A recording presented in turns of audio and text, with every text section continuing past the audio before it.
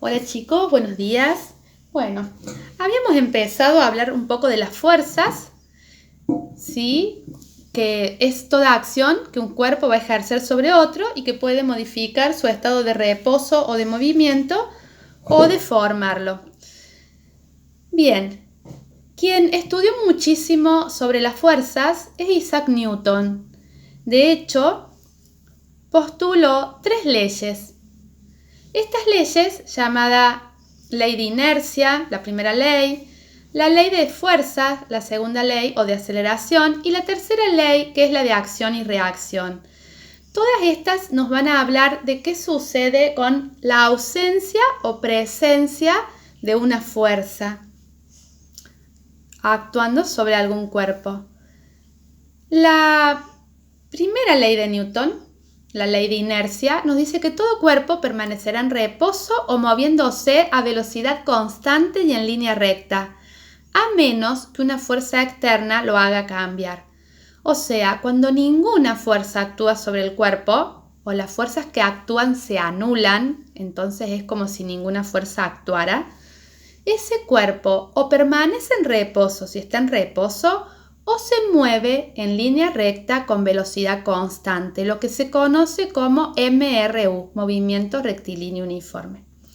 ¿Sí? Es por eso que si frenamos de golpe una bicicleta porque se nos cruza un perro, el cuerpo tiende a seguir en movimiento. O cuando dobla el auto, el cuerpo se va hacia el costado porque tiende a seguir en esa dirección en la que venía. O por eso nos cuesta poner en movimiento un cuerpo porque tiende a seguir permaneciendo en reposo.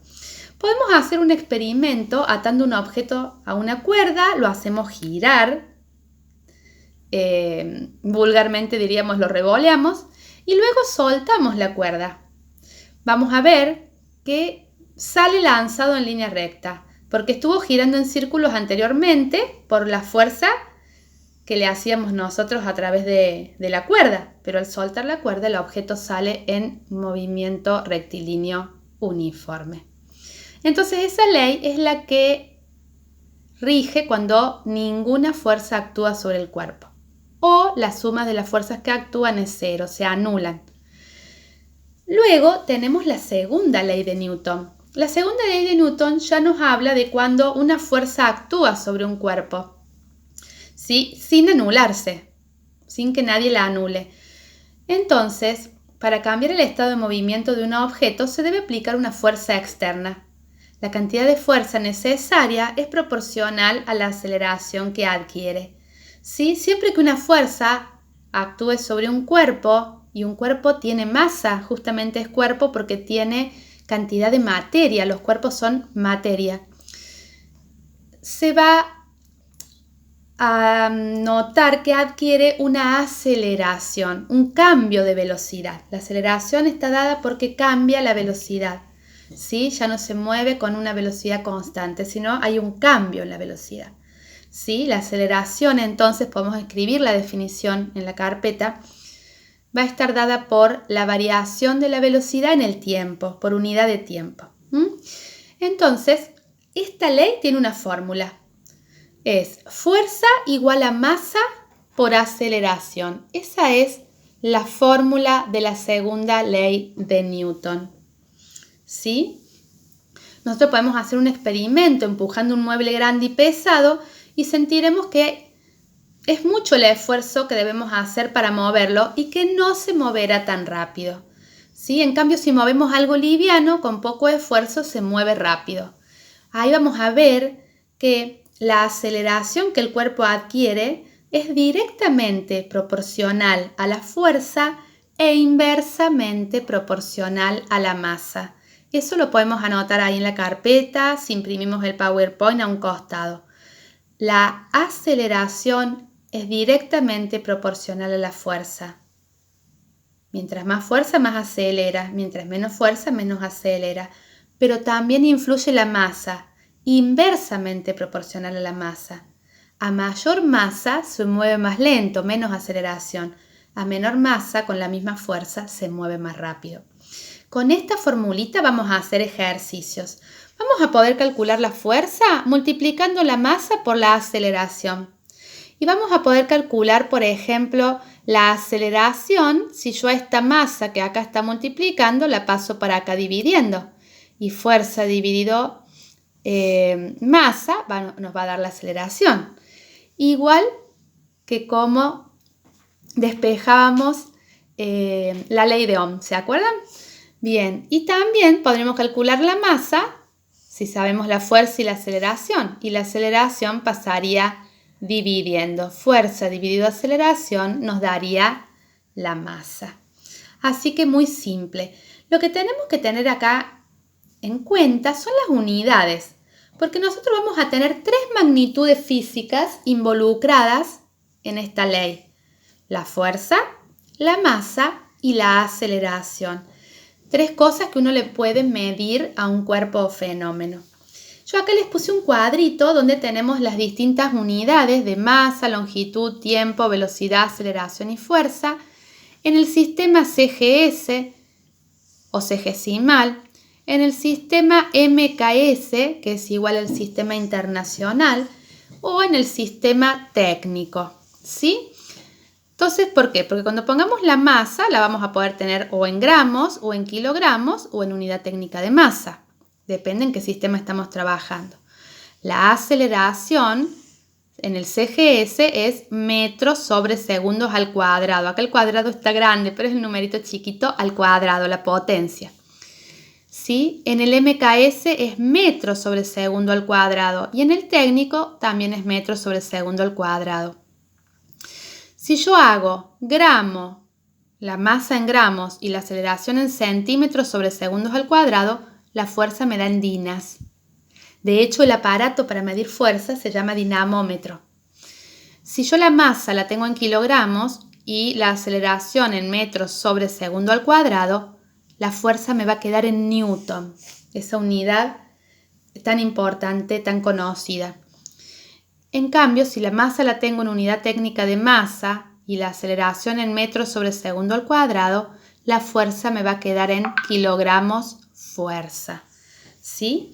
Entonces, acá les pongo unos ejercicios y yo les he puesto en los ejercicios que las unidades de las magnitudes que yo les doy estén en el mismo sistema. Entonces, simplemente mirando acá ustedes en qué sistema estábamos trabajando, van a saber en qué les va a dar la fuerza o en qué les va a dar la masa o en qué le va a dar la aceleración, ¿sí?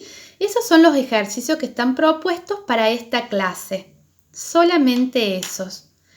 Luego tenemos la tercera ley de Newton y la tercera ley de Newton ya nos dice que cuando una fuerza, me volví a la segunda, la tercera ley de Newton nos dice que cuando una fuerza actúa sobre un objeto, ese objeto reacciona a esa acción, ¿sí? Con una fuerza que es igual a la primera, ¿sí? De igual intensidad y dirección, pero de sentido contrario, ¿sí? Por ejemplo, si tiramos una pelota contra la pared, la pelota le pega a la pared y la pared le devuelve esa fuerza a la pelota como una reacción, ¿sí? Lo mismo sucede cuando pateamos una pelota en un partido de fútbol, por ejemplo. Nosotros ahí podemos hacer un experimento también, empujar un mueble pesado mientras está sentado en unas sillas con ruedas, de las sillas de la compu. Y vamos a observar que al hacer fuerza para mover ese cuerpo hacia la derecha, por ejemplo, nosotros nos movemos hacia la izquierda, en el sentido contrario. Por eso nos duele la mano si nosotros golpeamos algo. Y uno diría, ¿por qué me va a doler la mano a mí si yo golpeé la pared? Pero la pared me responde con la misma fuerza y mientras más fuerte yo la golpeo, más fuerza hace sobre mi mano. Por eso los boxeadores usan, por ejemplo, esos guantes que están muy acolchados, porque al dar un golpe fuerte, también su mano sufre el mismo impacto. Entonces, a toda acción le va a corresponder una reacción. Las fuerzas siempre en este caso van a estar así de a pares. Por lo tanto, acá les puse para redondear, ¿sí? De las leyes de Newton un resumen, ¿sí? De la primera, de la segunda y de la tercera ley. Recordemos, la primera habla cuando no actúa ninguna fuerza, Por lo tanto, el cuerpo va a permanecer en estado de reposo o movimiento uniforme, rectilíneo. ¿Sí? En la segunda ley habla qué pasa cuando una fuerza actúa. Cuando una fuerza actúa, va a ser igual a la masa multiplicada por la aceleración que se produce en ese cuerpo. ¿Sí? Va a haber una aceleración. Y cuando una fuerza actúa, aparece, la fuerza dijimos que es una acción, aparece la reacción. ¿Sí? Igual cantidad de fuerza en la misma dirección, pero de sentido contrario. Y cuando hablamos de sentido contrario vamos a hablar de que va a tener signo opuesto. Como las fuerzas son magnitudes vectoriales, como vimos en la clase anterior, las fuerzas a la derecha o hacia arriba, por convención, tienen signo positivo.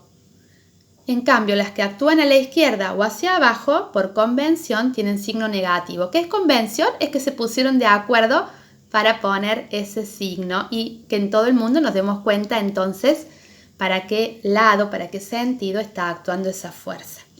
Y bueno, ¿para qué nos sirven las leyes de Newton? Se usan para analizar las fuerzas que actúan sobre un objeto y determinar así su estado de movimiento. Esto tiene infinidad de aplicaciones prácticas en puentes, edificios, carreteras, barcos, aviones, autos, atracciones mecánicas y muchas más cosas que se diseñan teniendo en cuenta estas leyes.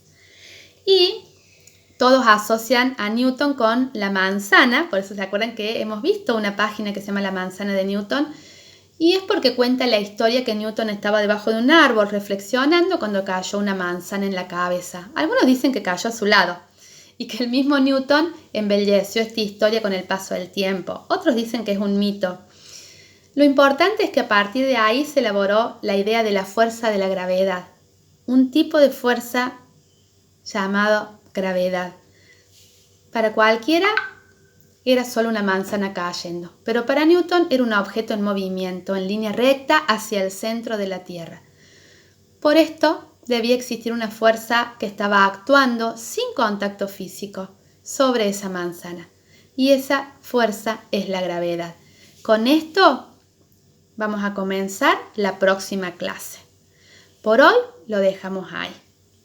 Cualquier duda que tengan, no duden en consultármela.